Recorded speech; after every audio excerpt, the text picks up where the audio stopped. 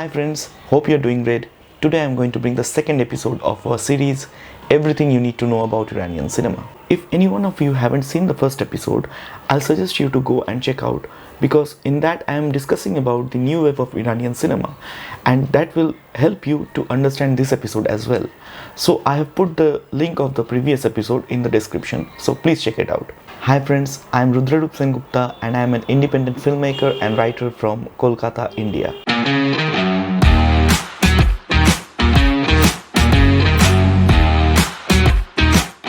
So let me give you the disclaimer that I give in start of every of my video.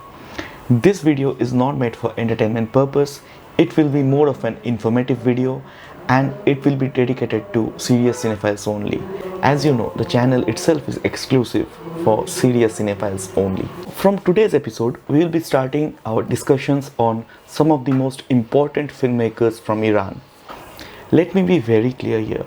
Since Iran is an illustrious filmmaking nation, there will be some filmmakers which are not mentioned in this list. I would have loved to discuss all the great filmmakers from Iran, but that won't be possible since we need to focus on other filmmaking nations also. So I have chosen 6 filmmakers whom I think is the most important filmmakers in the history of Iranian films. And from today, we will start discussing each individual director in one episode. Seek the reality inherent in your own culture and own society. These are the words of the great Iranian filmmaker and pioneer of Iranian new wave cinema, Darish Mahedjoui. And today, in this episode, we are going to discuss more about his work in depth.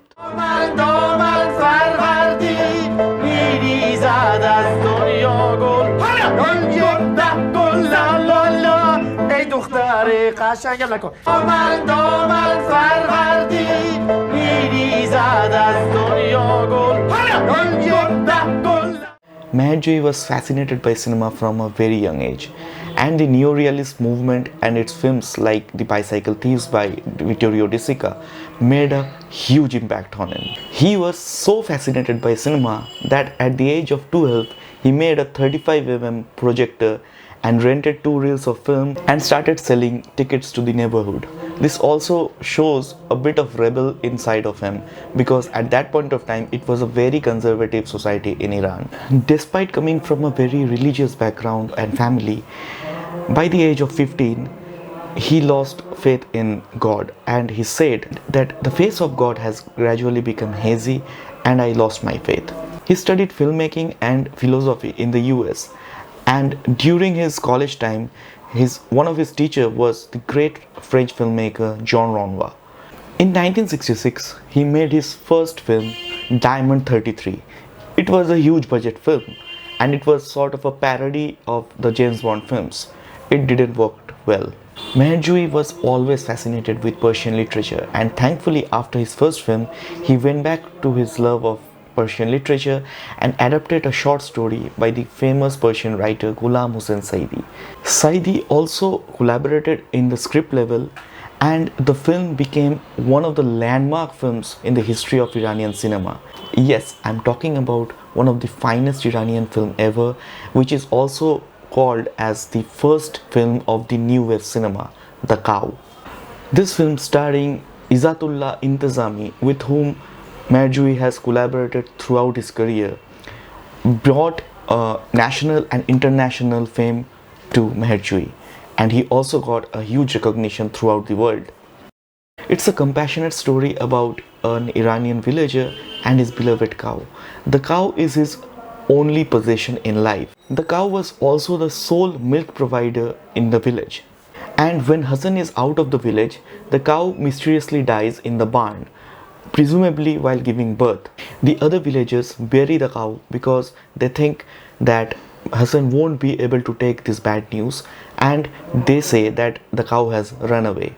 Hassan finds it very difficult to cope up with the news, because the cow was not only his livestock, but it also gave him a social stature in the village, which he feared of losing. And then he has a nervous breakdown while visiting the barn where his cow was kept, and he starts behaving like his cow and also starts eating hay. And when his friends wanted to take him to the hospital, he commits suicide. There are many interpretations of this film, as many other great films have. But what I felt was it was a very honest and brutal depiction of poverty. And the depiction of poverty here is more bitter and desperate rather than innocent or decent, which is shown in many films. There is a tendency in many films to romanticize the poverty. Thankfully, this film doesn't. According to me, it was a fantastic commentary on the social and economical state of Iran at that point of time, where paranoia overshadowed optimism in the society of Iran. And there is a parallel symbolism you may derive that at that point of time, most of Iran's economy was dependent on oil selling only. And here in this village, the whole village is dependent on that particular cow.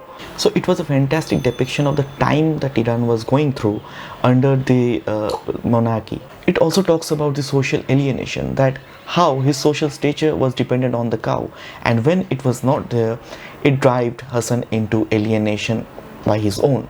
The film was hugely inspired by Italian neorealism films, and the first time world saw a true rural Iran in the celluloid. It seems strange that this film started a film revolution or film movement in Iran, because technically and also visually it's not a very free-flowing film.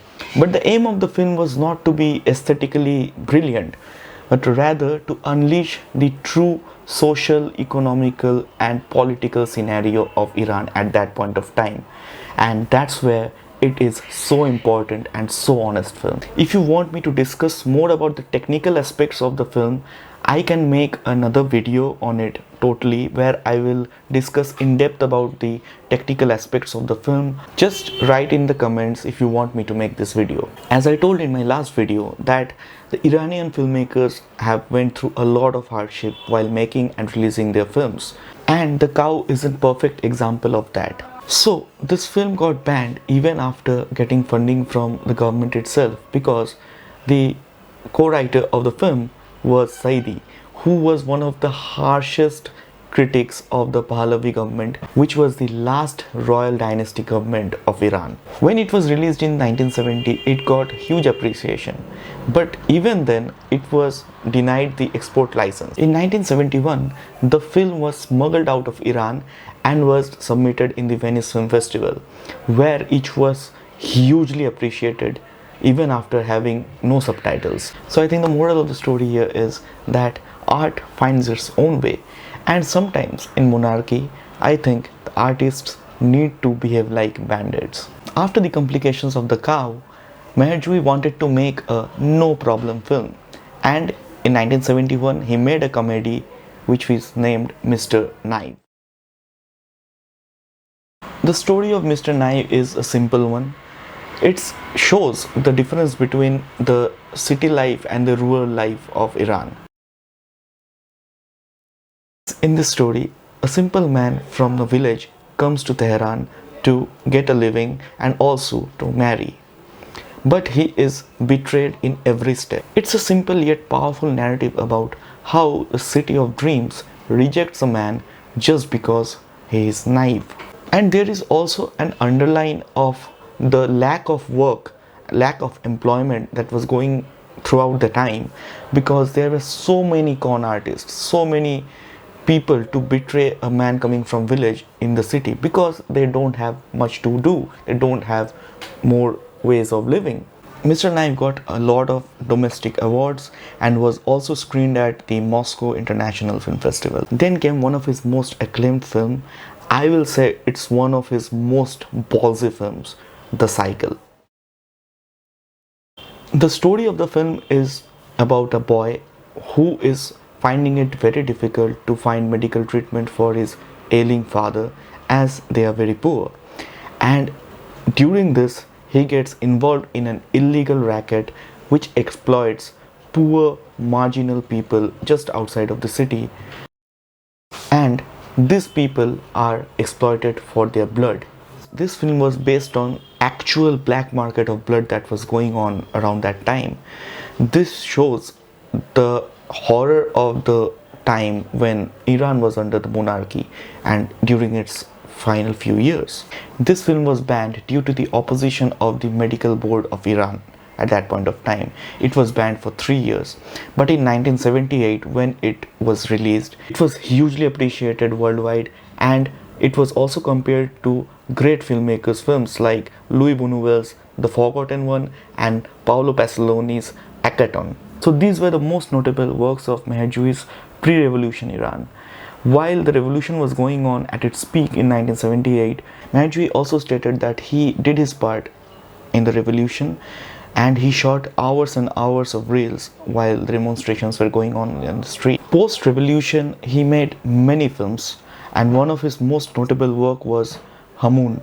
Released in 1990, this is a very important film because it shows in post-revolution Iran how his generation turned from politics to mystic. Hamoon is a character who can't complete his PhD thesis while his wife leaves him, and during all this he falls back into his past and tries to see where he went wrong. The whole structure and narrative of the film and the treatment is done in a dream sort of a way, because the whole narrative moves from flashback to dreams, like similar to Federico Fellini's 8½. It sometimes feels like that the whole narrative is a sort of a commentary on the current state Iran was at that point of time, where it was not moving forward, it was rather holding on to its roots, deep rooted with their tradition and culture, but the push to move forward was not much there. And similar to the screenplay in this film, the story doesn't move very forward, and instead it goes back into flashback and dreams and tries to find out where it all went wrong. Then in 1998 came the most technically brilliant film of Meherjoui, The Pear Tree. This is a story about a writer who is going through a writer's block, and he wants to break out from his regular routine, and so he visits his family in the village. During his stay, he notices a pear tree, and he starts to think about his past and think about his adolescence years and the years and the time gone by. I felt it has a feeling similar to Ingmar Bergman's Wild Strawberries, but it's very much original piece of art, and it is very poetic in nature in terms of its narrative style itself and the treatment. It's a very poetic film. So let me tell you the first film I ever saw of this fantastic filmmaker. I never knew about Darish Meherjoui, and in 2012 I was attending the Kolkata International Film Festival, and there I saw his film The Beloved Sky. The story is of a young doctor who is diagnosed with cancer, and he wants to commit suicide, but he is met with an accident which leads him to a village.